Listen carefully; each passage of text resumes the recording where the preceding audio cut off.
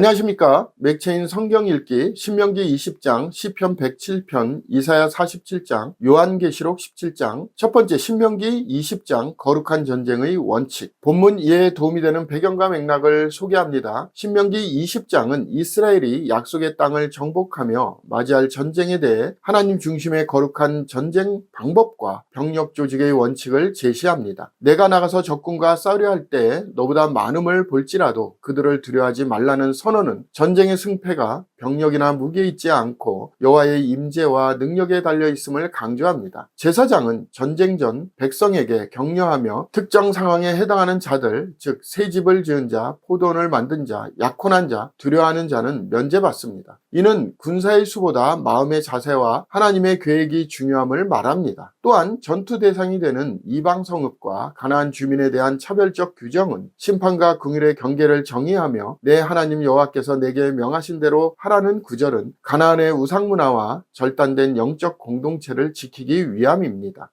본문의 중요 구절을 소개합니다. 신명기 20장 3절 4절 말하여 이르기를 이스라엘아 들으라. 너희가 오늘 너희의 대적과 싸우려고 나와왔으니 마음에 겁내지 말고 두려워하지 말며 떨지 말며 그들로 말미암아 놀라지 말라. 너희 하나님 여호와는 너희와 함께 행하시며 너희를 위하여 너희 적군과 싸우시고 구원하실 것이라 할 것이며 본문을 적용하는 데 도움이 되는 가이드라인입니다. 오늘날 우리는 수적 열세나 환경적 불리함 앞에서 두려워하지 않고 하나님의 임재와 약속을 신뢰하는 믿음의 싸움을 배워야 합니다. 세상은 능력과 조건을 중시하지만 하나님은 마음의 중심을 보십니다. 우리의 싸움은 항상 영적인 전쟁이며 승리는 하나님의 손에 있습니다. 전쟁이 아니라 하나님을 신뢰하는 것이 참된 준비입니다.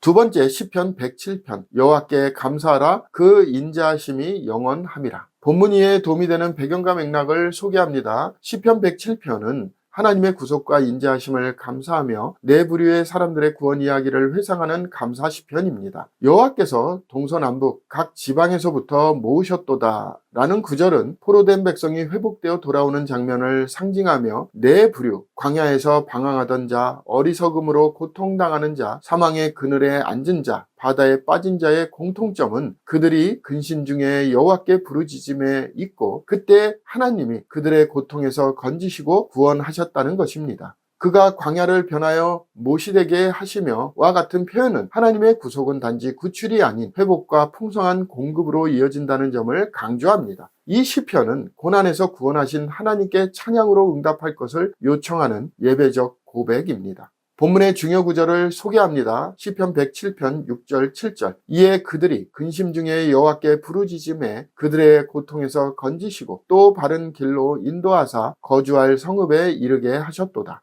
본문을 적용하는 데 도움이 되는 가이드라인입니다. 오늘날 우리는 삶의 다양한 고난 속에서 동일한 패턴을 경험합니다. 방황, 어리석음, 절망, 위험 속에서 부르짖을 때 하나님은 반드시 들으시고 건지십니다. 그 구원은 일시적 도움을 넘어 회복과 새 삶으로 인도하십니다. 하나님의 인자하심은 과거의 사건이 아닌 현재의 능동적 은혜입니다. 세 번째 이사야 47장 바벨론의 교만에 대한 하나님의 심판. 본문 이해에 도움이 되는 배경과 맥락을 소개합니다. 이사야 47장은 바벨론의 멸망에 대한 예언으로 고대 근동 최대의 제국이자 이스라엘의 포로 시기를 지배했던 교만한 문명의 상징이 하나님의 심판을 피할 수 없음을 선포합니다. 처녀딸 바벨론이여 내려와서 티끌에 앉으라는 구절은 왕자에서 끌어내려지는 심판의 이미지입니다. 바벨론은 내가 영영이 여주인이 되리라 라고 말하며 자기 통치가 무한할 것이라 믿었지만 하나님의 시간표 안에서 그 교만은 무너집니다. 내가 그 근원을 알지 못할 것이며 손해가 내게 이르리라 내가 알지 못할 것이니라 는 심판 선언은 자기 기만적 평안 속에서 안주한 제국의 종말을 묘사합니다. 이 장은 권력, 점술, 물질적 자만으로 유지되는 세상 체계의 종말과 하나님의 주권을 대조합니다. 본문의 중요 구절을 소개합니다. 이사야 47장 6절 7절 전에 내가 내 백성에게 노하여 내 기업을 욕되게 하여 그들을 내 손에 넘겨 주었거늘 내가 그들을 긍휼히 여기지 아니하고 늙은이에게 내 멍에를 심히 무겁게 메우며 말하기를 내가 영영이 여주인이 되리라 하고 이 일을 내 맘에 두지도 아니하며 그들의 종말도 생각하지 아니하였도다. 본문을 적용하는 데 도움이 되는 가이드라인입니다. 오늘날 우리는 눈앞의 안녕이 영원할 것이라 착각하기 쉬운 시대를 살아가고 있습니다. 하나님 없는 권세와 자만은 반드시 무너지고 그것이 언제일지는 아무도 알 수 없습니다. 참된 안정은 하나님과의 관계에 있으며 교만은 그 자체로 심판의 씨앗입니다. 날마다 삶의 중심을 점검하며 하나님 앞에 겸손히 살아야 합니다. 오늘의 마지막 본문 요한계시록 17장 큰 음녀 바벨론과 짐승의 종말. 본문 이해에 도움이 되는 배경과 맥락을 소개합니다. 요한계시록 17장은 큰 음녀 바벨론이라는 상징을 통해 세상의 타락한 종교, 정치, 경제적 체계를 하나로 통합한 반하나님적 세력을 묘사합니다. 많은 물 위에 앉은 큰 음녀는 모든 민족, 문화, 왕국에 영향력을 미친 체제를 상징하고 이 음녀는 짐승을 타고 있습니다. 이 짐승은 13장에 등장한 적그리스도의 연장선이며 7머리와 10뿔은 왕들과 통치자들의 연합체로 해석됩니다. 그러나 이 연합은 오래가지 않으며 10뿔과 짐승은 음녀를 미워하여 망하게 하고 라는 구절처럼 사단의 체제 내에서도 자기 파괴적 전환이 일어납니다. 17장의 결론은 하나님이 자기 뜻대로 할 마음을 그들에게 주사 한 뜻을 이루게 하시고 라는 말씀으로 궁극적으로 하나님이 심판의 주도권을 주고 계심을 분명히 합니다. 본문의 중요 구절을 소개합니다. 계시록 17장 17절 18절 이는 하나님이 자기 뜻대로 할 마음을 그들에게 주사 한 뜻을 이루게 하시고 그들의 나라를 그 짐승에게 주게 하시되 하나님의 말씀이 응하기까지 하심이라. 또 내가 본 그 여자는 땅의 왕들을 다스리는 큰 성이라 하더라.